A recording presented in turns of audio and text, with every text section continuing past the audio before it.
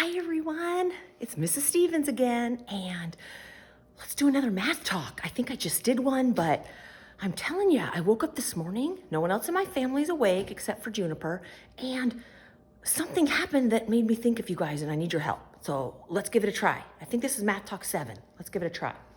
Okay, so this is what happened. I was getting ready for some breakfast. Hey, Juniper, let's move out of the way just a teeny bit, please, kitty cat. And I had these egg cartons. You guys ever seen these before? And I wasn't sure how many I had in each egg carton, so I opened them up and I'm like, oh, there's still some left in there. And then I opened this one up and I was like, oh yeah, and there's some left in there. Okay, so, I wonder if we can use egg cartons to help us with our base 10 number system. What do you guys think? And how could you figure out how many the eggs there are in here without counting every single one?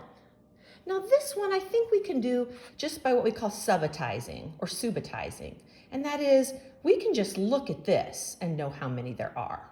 This is a little harder, except if you know how many are come in a carton. But there are different carton sizes. So I want you to think about that a little bit. Is there a way that we can figure that out just by using base 10? And we use these for counting collections. And hey, Junie, and we were always like, oh, we have to cut some off to make it a true, like a tens. And I'm like, I don't think we do. I think kids can figure it out. Am I right? Can you guys figure it out? Because these look an awful lot like something else. That we've seen. Okay, Juniper's deciding to bite the camera.